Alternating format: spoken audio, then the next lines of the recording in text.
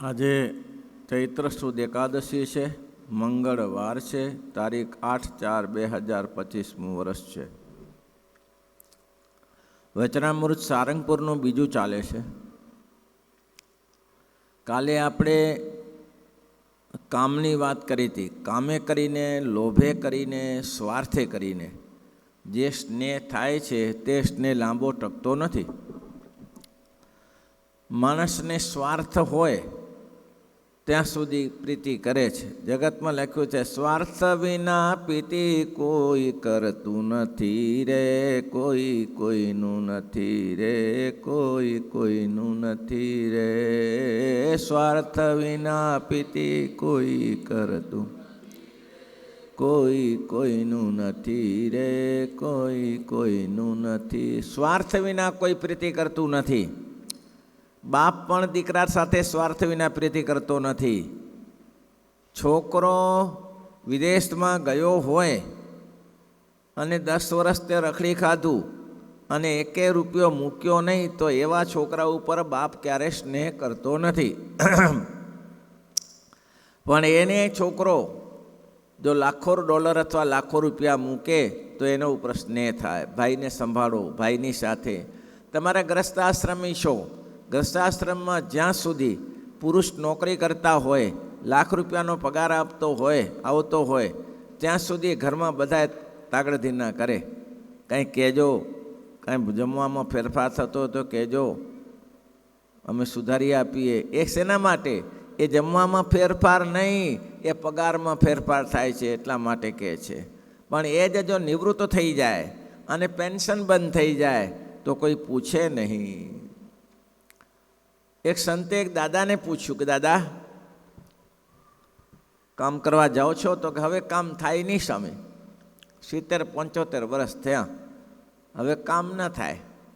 અચ્છા, તો કામ જ્યારે તમે કરતા હતા ત્યારે ને અત્યારના જીવનમાં કંઈ ફેરફાર તો સામે ઘણો આસમાન જમનનો ફેર છે. કેમ એવું? કેમ? આ સંપત્તિ તો તમે જ બધી ઊભી કરેલી ને? તો કે આ કરેલી મેં, પણ હવે છોકરા સંભાળતા થઈ ગયા એટલે એમાં સ્વામી બહુ લાભ નહીં. કે તો કે લાભ શું કરવાની? સંપત્તિ તમારી જ છે. તો કે સ્વામી, પહેલે જ્યારે જમવા બેસતા ત્યારે ગરમ ગરમ રોટલો આવતો, એના ઉપર ઘી આવે, માખણ આવે, ગોળ આવે ને બહુ સારું જમવાનું મળતું. હવે અમે છીએ તે હવે અમે તો શું કરીએ ત્યારે કે હવે અમારથી કાંઈ થાય નહીં એટલે ઘરે બેઠા બેઠા માળા કરીએ. રોટલો આવે 2 દિવસનો ઠંડો, અથવા તો એ તાજો ઘડેલો હોય તો ઠંડો રોટલો, નાય ગોળ છાશ ને રોટલો ખાવાનો, દૂધે મળે નહીં સામે. કે બોલો, સ્વાર્થ વિના કોઈ પ્રીતિ કરે છે? કોઈ પ્રીતિ કરતું નથી.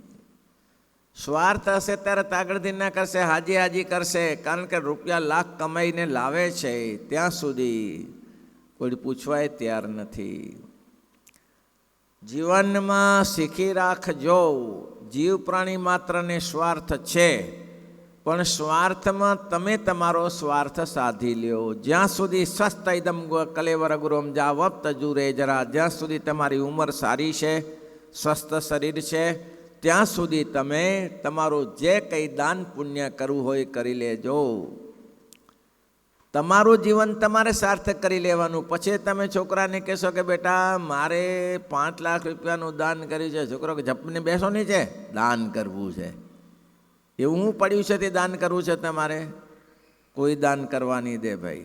એ તાગડથી ના કરશે, કાશ્મીર જશે, આસામ જશે, બધે જશે, પણ તમારા માટે 1 રૂપિયાનો ગોવા જઈને ચક્રો મારશે, ત્યાં તમારા માટે રૂપિયો ખર્ચવા નહીં દે. એમ કહેવાય છે, બુઢે બેલ કો કોણ દેતે હે ખાન. બળદ બૂઢો થઈ ગયો, જ્યાં ખેડતો બંધ થઈ ગયો, એને કોઈ ખાંડ નાખે? એને કોઈ બાજરી કે ઘઉં નાખે? બુઢે બેલ કો કોણ દેતા હે ખાન. બુઢા બેલને બળદિયાને કોઈ ખાણ આપતું નથી.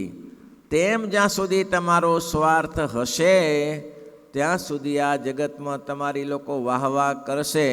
અને સ્વાર્થ પૂરો થઈ ગયો એ પછી મહારાજ આ ત્રણેયનું સાથે લઈ લીધું. અહીંયા કને શેનું? મહારાજ કે જુઓ, 3 વસ્તુ દેહમાં પ્રીતિની સકોડની નીકળી જાય. બરાબર? શું કહ્યું? સ્વાર્થ હશે, સ્નેહ કરીને રૂપ પણ થાય છે, સ્વાર્થે કરીને પણ થાય છે, ને ગુણે કરીને પણ થાય છે, ને તેમાં રૂપે કરીને ને સ્નેહ થાય છે. રૂપે કરીને, રૂપમાં સ્નેહ થાય કોટ નીકળે લે પૂરું. લોભે કરીને થાય છે, લોભ પૂરો થઈ ગયો પૂરું, એની પાસે કંઈ રહ્યું નહીં, મૂકી દેશે. શ્રીમદ ભાગવતમાં ધૂંધુકારીની કથા છે. ધૂંધુકારી ગમે 5 સ્ત્રીઓ લાવ્યો, એટલે 5 સ્ત્રીઓનું લાલન પોષણ કર્યું. એ સ્ત્રીઓએ પણ એનું લાલન પોષણ કર્યું, પણ પછી કરી ખબર પડી કે આનાથી તો આપણે ભરાઈ પડી એવી છે. આ તો ચોરી કરીને કોઈના ખજીના લૂંટીને આવે છે. એક ફરા મોટો ખજીનો લૂંટીને આવ્યો, ત્યારે સ્ત્રીઓએ કહ્યું કે આ તો રાજા પકડ્યા સિવાય નહીં રહે. તો એને બીજું કંઈ સાધન ન મળ્યું અને મારવાનું, તો અંગારા ધકધકતા અંગારા મોઢામાં નાખ્યા, મોઢું ચીપીઓ ખોલીને. કેવું મૃત્યુ સરસ થયું, કેવું મૃત્યુ કેવું સરસ છે. ધકધકતા અંગારા મોઢામાં નાખ્યા, ચીપીઓ લઈને મોઢું ખોલીને, કે મારા વાલા આ તો આમને મારી નાખ્યો. બોલો, જે કરેલું ભોગવવું પડે. જીવનમાં એવું કામ કરો કે તમારા જીવનમાં તમે કામ કરી લો. કોઈને ગરીબોને દાન આપો, સુખી માણસને દુઃખી માણસને સુખી કરતા શીખો, એ કરી લો. બાકી બુઢે બેલ કો કોઈ દે તની ખાને સેવો છે, કોઈ બરેલા બઢિયાને કોઈ ખાણ આપતું નથી. એવી રીતે મારે કે લોભે કરીને, સ્વાર્થે કરીને, ત્રણેયની એક યારે જ મારા જ વાત કરી દીધી કે ત્રણેયમાં એવું જ છે. લોભ પૂરો થઈ જશે ત્યારે કોઈ તમને સવાલ નહીં કર. સાથે કરીને જે થયું હોય તે પણ નાશ પામે છે, અને જે ગુણે કરીને જે સ્નેહ થયો હોય તે તો રહે છે. ત્યારે સોમલા ખાચરે પૂછ્યું, સોમલા ખાચર બોટાદના, પોતે કરી ચૂકેલા શ્રીજી મહારાજને પણ ઉદાહરણ આપવું પડ્યું કે નિષ્કામ ભક્તિ તો સોમલા ખાચરને મુરજી બ્રહ્મચારી 2 જ કરે છે, બાકી તો સકામ ભક્તિવાળા હોય છે. પોતે પોતાનું ઘરોશ્રી વેચી, પોતાના 2 છોકરા મૃત્યુ પામ્યા, પત્ની મૃત્યુ પામ્યા, પછી બધું જમીનો ગામગ્રાસ બહુ મોટો હતો તે સ્વામિનારાયણ ભગવાનને ગઢપુરમાં અર્પણ કરીને સુખેથી ભજન મહારાજની પાસે કરતા હતા. સોમલા ખાચર એમને આ પ્રશ્ન પૂછ્યો, ત્યારે શ્રીજી મહારાજ પ્રત્યે સોમલા ખાચર બોલ્યા, જે ગુણ કયા, ઉપરના કે મહિલા? શ્રીજી મહારાજ બોલ્યા, ઉપરલે ગુણે શું થાય છે? ઉપરલે ગુણે શું થાય છે? ઉપરલા ગુણ એટલે કયા ભગત? કઈ ચર્ચા કરી હતી? ઉપરલા ગુણ એટલે હા, વ્યવહારિક કામ હોય ને, વ્યવહારમાં બહુ ડાયો હોય, એને ઉપરલા ગુણ કહેવાય. અને એટલા જ માટે સ્વામિનારાયણ ભગવાને આ પ્રશ્ન પોતાના જીવનમાં અપનાવ્યો હતો. અને જીવબા, લાડુબા અને રાજભાઈએ આ પ્રશ્ન પૂછ્યો કે મહારાજ, જ્યાં જ્યાં વાત આવે છે ત્યાં ત્યાં વાત તો એવી આવે છે, ભગવાન ધર્મનું રક્ષણ કરવા માટે આવે છે, પણ ભક્તિનું પોષણ કરવા માટે આવતા નથી. ત્યારે શ્રીજી મહારાજે આ પ્રશ્ન તે વ્યવસ્થિત કહ્યો કે શ્રીજી મહારાજ કહે છે કે અનન્ય જે ભગવાનની ભક્તિ એને જ ભાગવત ધર્મ કયો છે. અનન્ય પુરુષોત્તમ નારાયણની ભક્તિ, બસ ભગવાન સિવાય બીજું કંઈ નહીં. મેરે તો એક તુમાહી આધારા, મેરે તો એક તુમાહી આધારા, તુમ મોકુ મિલિયો તો આનંદ આતે સે, તુમ મોકુ મિલિયો તો આનંદ આતે સે, બિસરત સબ દુઃખ બારંવારા, બિસરત સબ દુઃખ બારમ. કોઈ ધોકો લઈને મારે માથું ભાંગી નાખે તો એક જ અનન્ય નિષ્ઠા. અનન્ય જેને નિષ્ઠા છે એનું જ નામ ભક્તિ કહી છે. અને ભક્તિ ને ધર્મ બે અલગ નથી, એ ભાગવત ધર્મ જ કહેવાય છે. પણ જે વ્યવહારિક કામ કરતા હો છો, એકબીજાને મદદ કરવાનું થાય, આ વ્યવહારિક કામ કયા? એ વ્યવહારિક કામ બહારલા ગુણે ઉપરના અંદરના ગુણને મદદરૂપ છે પાછા. જેમ કે આ જગતમાં કન્યાઓ પરણાવી આપે, કોઈના લગ્ન કરી આપે, કોઈ પરબ બાંધી આપે, કોઈ જે જગ્યાએ રોડ રસ્તા ન હોય તો રોડ રસ્તા કરી આપે, કોઈ પણ પ્રકારની સેવા કરે, કોઈ વિધવાના મદદ કરી આપે, કોઈ વિધવાને મદદ કરી આપે, કોઈ અનાથને રોટલા આપે, અનાથને કોઈ રોટલા આપે, આ બધા ઉપરના ગુણ છે. પણ એમાં ઉપરના ગુણ છે, પણ એમાં કોઈક બિચારી વૃદ્ધાએ આશીર્વાદ આપ્યા કે ભાઈ રોટલાના ઠેકાણા નથી, તમે દયા કરીને અમને આ રોટલા ખવડાવ્યા, અને એના આશીર્વાદ મળી જાય તો એ આશીર્વાદ એ કરીને એની ભક્તિમાં વધારો થાય, એની ભક્તિમાં વધારો થાય. ભગવાન તરફ નિષ્ઠા હોય ને તો કેવી રીતે? મહારાષ્ટ્રમાં એક માજી હતા, મહારાષ્ટ્રમાં એક માજી, એ માજીને 108 સંત જમાડવાના ઈચ્છા હતી કે હું 108 સંત જમાડું, એવી ભાવના હતી. પણ બિચારીની પાસે પૈસા આવ્યા નહીં, અને 108 સંત ક્યાંથી જમાડે, કેવી રીતે જમાડે? વર્ષો વીતી ગયા, પછી માજીને એમ થયું કે હવે તો આ શરીર બહુ ખેંચાય એવું દેખાતું નથી, કંઈ નહીં 108નું ક્યાં એક તો જમાડી દઉં, એક બ્રાહ્મણ જમાડી દઉં તોય ભગવાન મારું માની લેશે. બહુ અનન્ય ભાવના હતી કે મારે 108 સંત જમાડવા છે, 108 સંત જમાડવા છે. પણ માજી અંત સુધી જમાડી ન શક્યા. પછી માજીએ વિચાર કર્યો કે કંઈ નહીં, હવે જે થાય તે ખરું, એક સંત જમાડી દઉં. તો કે એ સંત ક્યાંથી બોલાવું? તો કે ભાઈ આપણે તો બીજું કોઈ ઓળખતું નથી, એકનાથ ઓળખે છે, એકનાથને કહું જમવા પધારે. એકનાથને કહ્યું કે એકનાથજી, તો કે હા મારે ઘેર જમવા પધારો. તો કે હું તો અહીંયા જ ભોજન કરું છું, અહીંયા મળી રહેશે. તો કે બાપજી મારે 108 સંતોનો સંકલ્પ હતો, પણ હું કંઈ કરી શકી નથી જીવનમાં, અને મને આમ બહુ એમ લાગે છે કે હાવ જીવન કોરું જશે, કંઈ જીવનમાં જમાડી ન શકી સાહેબ, માટે આપ દયા કરીને પધારો મારા ઘેર જમવા. મહારાજ કે આ બધા આમ તો ઉપરના ગુણ છે, પણ કોઈ સંત રાજી થઈ જાય તો એના આશીર્વાદ મળી જાય તો અંદરનું કામ થઈ જાય. અનન્ય નિષ્ઠાથી એને ભાવના હતી માજીને કે સાધુને એ બ્રાહ્મણને જમાડવા છે ગમે તેમ કરીને. હવે એકનાથજી જમવા આવ્યા, સરસ જમવાનું બનાવ્યું હશે, પીરસ્યું. એકનાથજી જમી લીધું, પછી કીધું કે લેવા માજી આ પતરાવાળું લઈ જાઓ. તો માજી પતરાવાળું લઈને બારે મૂકવા ગયા. તો બીજું પતરાવલું, એકનાથજી કે પતરાવલું તો લ્યો માજી, હે મૂકી આવીને આ રહ્યું ને. તો માજીએ બીજું પતરાવાલું ઉઠાવ્યું. તો માજીને કહ્યું, એકનાથજી કે માજી આ પતરાવલું તો લઈ જાઓ. માજી કે આ શું થાય છે? જમ્યા તો એક જ, આ પતરાવાલા જમેલા હેઠા ક્યાંથી આવે છે? આવી રીતે ભાઈ આમને આમ કરતા 108 પતરાવાલા માજીએ ઉઠાવ્યા.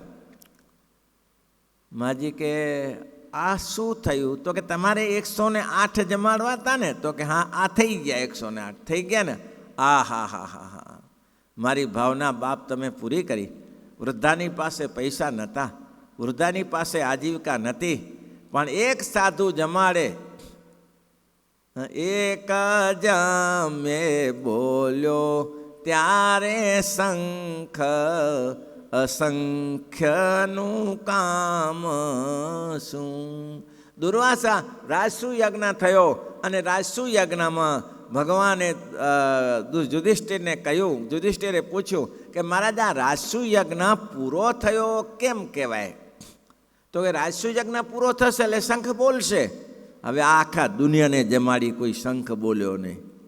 બોલો, આખી દુનિયા જમી જી, શંખ ના બોલ્યો. ભગવાનને કહ્યું પ્રભુ આ શંખ તો બોલ્યો નહીં, રાજસુ યજ્ઞ પરિપૂર્ણ થયો એમ કહેવાય કેમ? મારે કે કોઈ જુઓ, તપાસ કરો, કોઈ ભૂખ્યો હશે. આ 64 પદીમાં લખ્યું છે નિષ્કુળાન છે, કોઈ ભૂખ્યો હશે જુઓ. તો કે કોઈ રહ્યું નથી, અમે તો સાત પાડી પડે ને કહ્યું. ત્યારે ભગવાને કહ્યું કે જમુનાજીને કિનારે એક મહાત્મા બેઠા છે, દુર્વાસાજી, એને બોલાવો. હવે એને બોલાવા ગયા તો યુધિષ્ઠિરને કે જમવા પધારો, મેં રાજસુ યજ્ઞ કર્યો છે. તો કે આમ તો આવું મફતનું કોઈ જમવા આવતું હશે તો શું દક્ષિણા આપ? બાપજી જમ્યા પછી તો કે ના, એક રાજસુ યજ્ઞ તને મને આપવો પડે. રાજસુ યજ્ઞનું પુણ્ય આપતો આવું. બોલ્યો કે મેં રાજસુ યજ્ઞ તો આ રાજ્ય શાસન ચલાવવા માટે, તમને ક્યાંથી આપું? તો જા ઘર ભેગો થઈ જા. 5 ભાઈ ગયા, પણ કોઈ લાવી શક્યા નહીં. દ્રૌપદીને ભગવાને કહ્યું કે કૃષ્ણ તું જા. અને એ ગઈ, પણ સાવધાન સ્ત્રી હતી. એને મહાત્માજીને કહ્યું, મહાત્માજી ચાલો ભોજન માટે પધારો. મહાત્માજી કે રાજસ્વ યજ્ઞ આપો, નું પુણ્ય આપો. મહારાજ રાજસ્વ યજ્ઞ જોઈએ? તો ક્યાં કેટલા? એક જ. હું તમારા દર્શને આવી ત્યારે 7000 પગલાં ચાલીશું. કેટલું ધ્યાન રાખ્યું? 7000 પગલાં ચાલીશું. ને જગતમાં એમ કહેવાય છે કે મહાપુરુષના દર્શને પગલે પગલે અશ્વમેધ યજ્ઞનું પુણ્ય મળે છે. કેટલા જોઈએ બોલો? મહાત્માજી કે એકે ના જોઈએ, ચાલો. હા, કાંઈ જરૂર નથી. એટલા માટે તે દુર્વાસાજી જમ્યા. એક જામે બોલ્યો ત્યાં શંખ, અસંખ્યનું શું કામ છે. એક બોલે જમ્યા બોલ્યો શંખ, અસંખ્યથી શું? એકનાથ જમ્યા તો માજીનો સંકલ્પ પૂરો થયો. ગઢપુરમાં શ્રીજી મહારાજ સભા કરીને બેઠા હતા. એમાં એક ભૂદેવ આવ્યા અને ભૂદેવ આવીને મહારાજ પાસે બેઠા પલેઠી વાળીને, અને પાઘડી ઉતારી. તો પાઘડીમાં ઉતારી તો એટલી બધી ગાંઠો હતી. એ બધી ગાંઠ શોધતા 5-10 મિનિટ લાગી. એમાં એક રૂપિયો બાંધ્યો હતો. તે રૂપિયો છોડ્યો અને મહારાજને ચરણે આપ્યો. અને પાઘડી એવી હતી કે આમ છોડતા તો 5-10 પાછા ચિત્રા થઈ ગયા, લીલા થઈ ગયા. તો શ્રીજી મહારાજે ને રૂપિયો આપ્યો એટલે મહારાજ એમ નીચે વળીને લીધો. મહારાજ કે ભૂદેવ? તો કે હા. આ ક્યાં જરૂર હતી? આ પાઘડી તે રૂપિયા મળી જતી. પાઘડી લઈ લેવી હતી ને રૂપિયાની. તો કે બાપજી પાઘડી લઈ લઉં તો આ રૂપિયો પછી બીજો ક્યાંથી મળે તમને આપવા? પાઘડીમાં તો આ અહીંયા 17 ગાંઠો છે ને 18મી એ મર્યા છે. 18મી ગાંઠ મારી દેશું, પણ આ ગઢપુરના મંદિરમાં પછી રૂપિયો મળે નહીં અને તમારી સેવા થાય નહીં. તમને શું આપવું? તમને આપવા માટે કંઈક તો કરવું પડે ને. મહારાજ એટલું જ બોલ્યા, ભૂદેવ મંદિર થઈ ગયું. હા, ભૂદેવ મંદિર થઈ ગયું. કેમ? તો તમે સર્વસ્વનું દાન કર્યું છે. હા, બલિરાજા ભલે આખી પૃથ્વી આપી દે, એને સર્વસ્વનું દાન કહેવાય. અને આ વૃદ્ધ બ્રાહ્મણ ખાલી એક રૂપિયો આપે તો એ સર્વસ્વનું દાન કહેવાય. કેમ? બલિરાજા પાસે આખું શાસન હતું, એ આપી દે.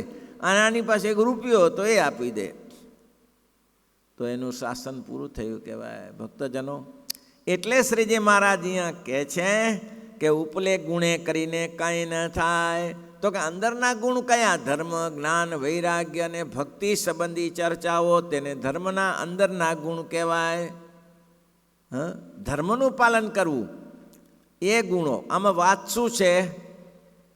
ભગવાનમાં સ્નેહ કેમ થાય? તમે આ વ્યવહાર કરો ને આખા ગામની પટલાઈ કરો તો ભગવાન રાજી થઈ જાય? વાહ વાહ વાહ વાહ, બહાદુર. સ્વામિનારાયણ ભગવાન કે આજ્ઞા કરીને 15 મિનિટ કામ કરે અને આજ્ઞા વગર આખા મંદિરનું ઝાલી બેસે, એનાથી કંઈ કલ્યાણ ના થાય. કલ્યાણ કરવું હોય તો આ જ વિચાર છે.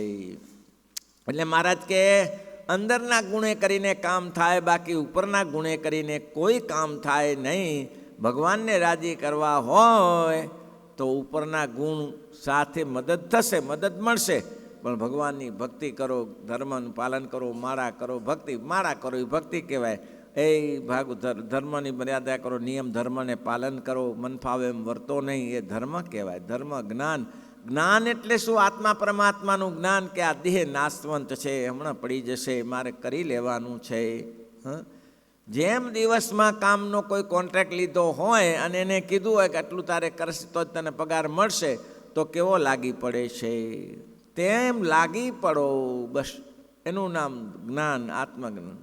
ધર્મ, જ્ઞાન, વૈરાગ્ય શું? વૈરાગ્ય એનું નામ છે. કેનું નામ? છોકરામાં, પત્નીમાં, ઘરમાં, વ્યવહારમાં પ્રીતિ માપની રાખો, જરૂરિયાત પૂરતી રાખો. શ્રીજી મહારાજ કે ઉશૃંખલ ઢોર હોય એને શિંગડું પૂંછડું ઝાલીને અધર રાખીએ ત્યાં સુધી રહે, મેલી દઈએ તો ધબ દઈને નીચે પડે ને. ભાઈ ખેડૂતોને ખબર હોય, શિંગડું પૂંછડું ઝાલી ઉશૃંખલ ઢોર એટલે હવે આવી રહ્યું ઢોર, ધબ દઈને નીચું પડે. તેમ વ્યવહાર એવો કરવો કે જ્યાં સુધી તમારી તાકાત હોય તમે મેલ પડતો વ્યવહાર ક્યાં સુધી. મહારાજ કે આ પથ્થર ઘા કરીએ આકાશમાં હાથની તાકાત સુધી જ જાય. એટલે તમારી તાકાત હોય એટલો જ વ્યવહાર કરવો. ઊંથા અને શું કહેવાય ધુવાડાના લોચામાં બાથ ના ભરાવાય, ખોટા બાતકા ના ભરાવાય, એમાં કંઈ વરે નહીં. કંઈ હોતું નથી. પૂછો તારે ભક્ત ભગવાન ઉપર સ્નેહ થાય છે કે કેવળ? મહારાજે પોતે પ્રશ્ન બહુ સરસ તૈયાર કરીને પ્રશ્ન, એટલો સુંદર પ્રશ્ન શ્રીજી મહારાજે પૂછ્યો, પણ આજકાલની ચર્ચા થશે નહીં. અને તે ગુણ ઉપરલા કમાય એટલે પછી શ્રીજી મહારાજ બોલ્યા જે ઉપરલે ગુણ કે થાય એ તો વચને કરીને દેહ કરીને મને કરીને ગુણ હોય તે ગુણે કરીને જ થાય છે. એટલે મન વચન કર્મે કરીને ભગવાનની પાસે લાગી પડો તેનેથી થાય છે. પછી શ્રીજી મહારાજે પૂછ્યું, મહારાજ કહે છે બહુ સરસ કહ્યું, કાલના પ્રશ્ન બહુ નાશ પામતો, તમે પૂછો છો તે ભક્તને ભગવાન ઉપર સ્નેહ થાય એમ જ કેવળ પૂછો છો કે ભગવાનને ભક્ત ઉપર સ્નેહ થાય એમ પણ પૂછો છો? સ્વામી શ્યામપ્રકાશાનંદજી, તમે ભક્તને ભગવાન વિશે સ્નેહ થાય એમ પૂછો છો કે ભગવાનને ભક્ત ઉપર સ્નેહ થાય એમ પૂછો છો? બોલો કેટલો પ્રશ્ન છે. આને એટલો મધુર પ્રશ્ન છે.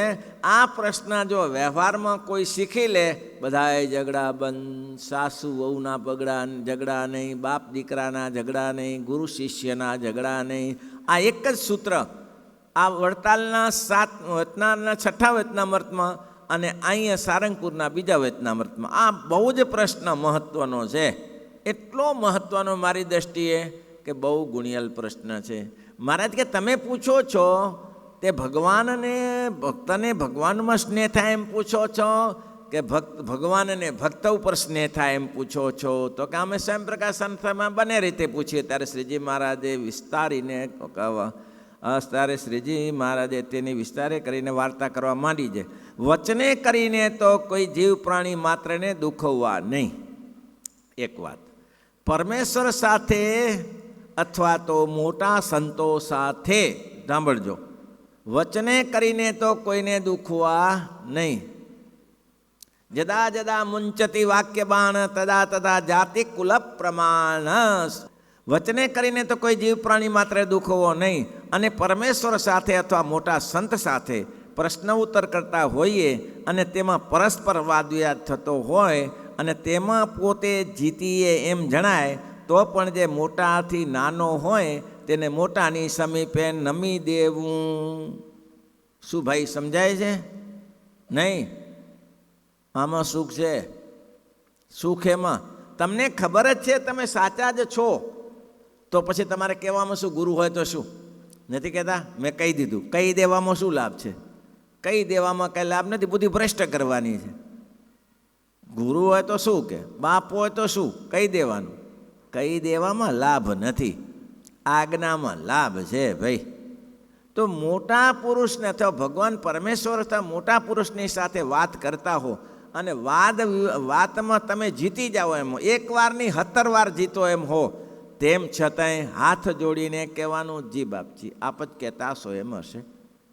અને પછી કાલે આવતા આવશે કે પછી એમાં કંઈ તમે આમ ને આમ હાજી કરીને ઊભું રહેવાનું, આમ જ છે હાજી, જી બાપજી, જી બાપજી, જી બાપ. બગડી જાય તો શું કરવાનું? પાછળ એમ કહે છે કે હાજી કરીને ઊભું નથી રહેવાનું, 1 વાર નમી દેવાનું, જી બાપજી એમ જ કરીશું આપણે. આપ કહો છો એમ જ થશે, જરાય ચિંતા. આપ કહેતા હશો એ ખોટું તો નહીં જોઈએ, સાચું જ હશે. પછી જ્યારે પોતાના ગુરુ અથવા તો પોતાના પરમેશ્વર છે ત્યારે મારે તો અચ્છા સ્વરૂપે છે, ગુરુની પાસે જવું.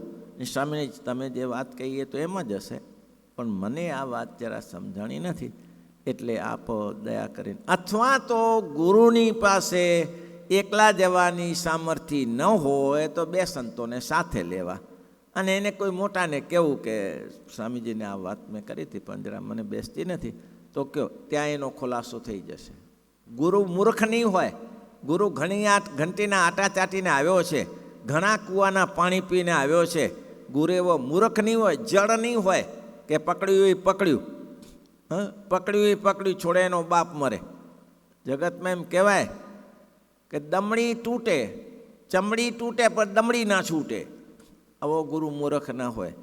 કારણ કે એની કાર્યશક્તિની ખબર હોય કે આ વસ્તુ મેં કીધી હતી પણ આ વસ્તુ સુધારવા જરૂર છે. શ્રીપતિમ શ્રીધરમ સર્વદેવ